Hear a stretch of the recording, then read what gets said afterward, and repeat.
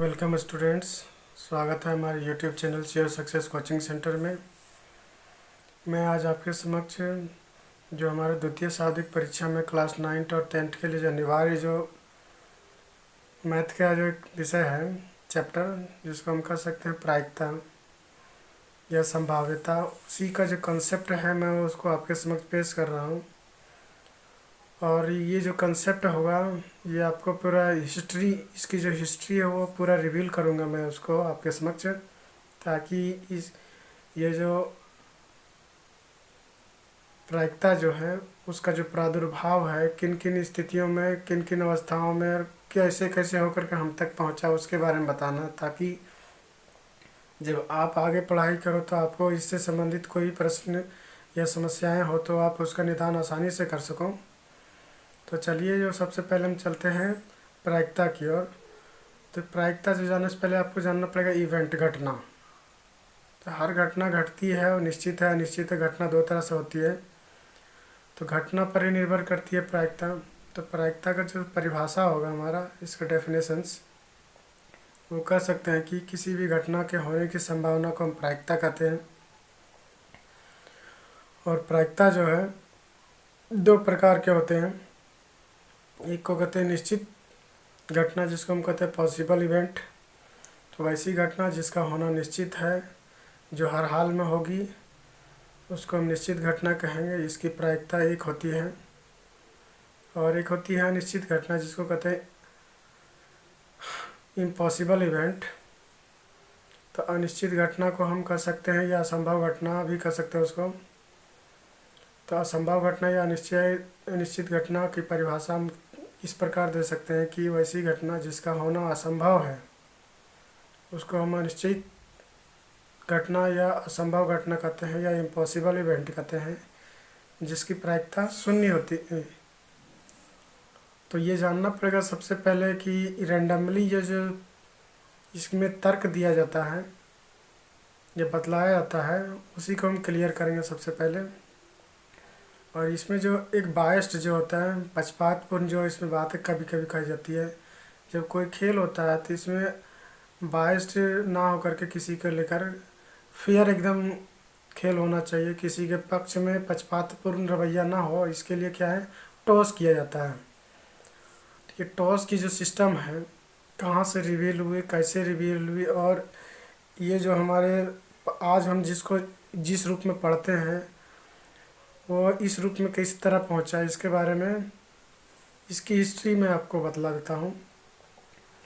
तो इसकी सूत्रपात जो की हुई है 15वीं 16वीं शताब्दी के दौर में हुई। और इसका सूत्रपात जो माना जाता है यूरोप का माना जाता है। यूरोप में इटली में एक जुआड़ी हुआ करता था जिसका नाम था एडी मोइवेरे। वो इतना बड़ा जुआड़ी था कि जुए के खेल में जब एक स्टेज आता था, उस स्टेज के बाद वो खेल नहीं पाता था, क्योंकि उसको समझ में नहीं आती थी कि इसके आगे कैसे खेली जाए। इसलिए वह इसके आगे नहीं खेल पाता था और हर बार वह उसी अवस्था में जाकर के खेल में, उसी स्टेज में जाकर के लटक जाता था। वह सोचता था कि इसके आगे किस प्रकार से खेला जाए, कोई मुझे इसके बारे में सलाह दे। और वह उस इलाके का सबसे बड़ा जुआड़ी था, उसको कोई सलाह नहीं दे सकता था, वही किसी को सलाह दे सकता था। उसको किसी ने कहा कि फिर भी कि आपको यहाँ नहीं मिलती तो आप अपने इलाके छोड़ करके कहीं और दूर प्रदेश जा कर के जो देखिए कि एक बहुत जानकार शख्स, एक पढ़ा लिखा शख्स हो, उसके पास अपनी जो समस्याएं हैं उसको रखिए और देखिए कि आपकी जो समस्या है वो दूर होती है कि नहीं। तो उसे किसी ने बताया कि आप फ्रांस चले जाइए।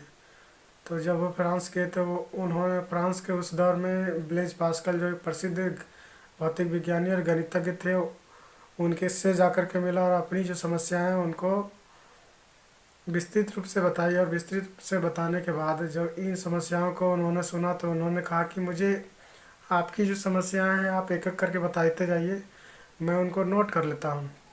और नोट करने के बाद उन्होंने कहा कि आप को मैं समय देता हूँ, इस समय के अंतराल में आप आइए, इसके बाद आइए, आपको जो समस्याएं हैं उसको मैं दूर करने का हर संभव कोशिश करूँगा। और वे जो है 1 मंथ 2 मंथ का मतलब उस समय के बाद गए, जो समय मिली थी उनको, उस समय के बाद जब जाके मिले ब्लेज पास्कल से रजवाड़ी एडी मोइवेरे, तो उसकी जो समस्याएं हैं वो उन्होंने कंप्लीट रूप से रिवील कर दी।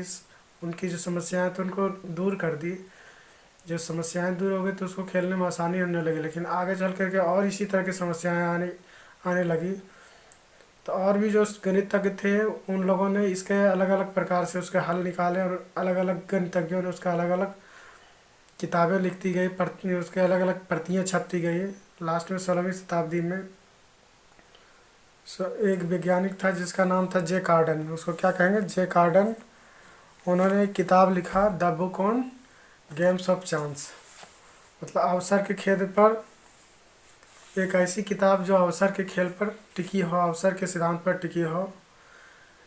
और इस और बाद में गणितज्ञों का ध्यान गया, बाद में क्या है,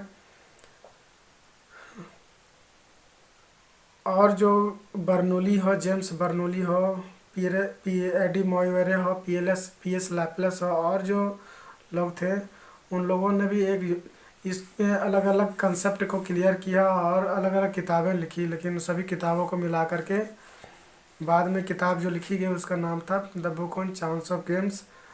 और आज जो है प्रायिकता जो है उसका एक मात्र हम छोटा सा एक छंद पर मात्र पढ़ते हैं।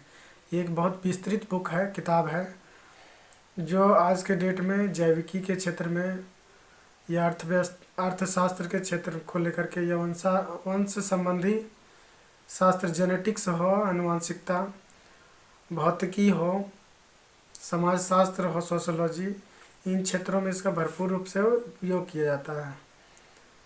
तो आज मैं आपका यही जो हमारा कंसेप्ट है मैं आज यहीं रोकता हूँ। अगले दिन और इससे संबंधित जो है समस्याएं उसको रखूँगा।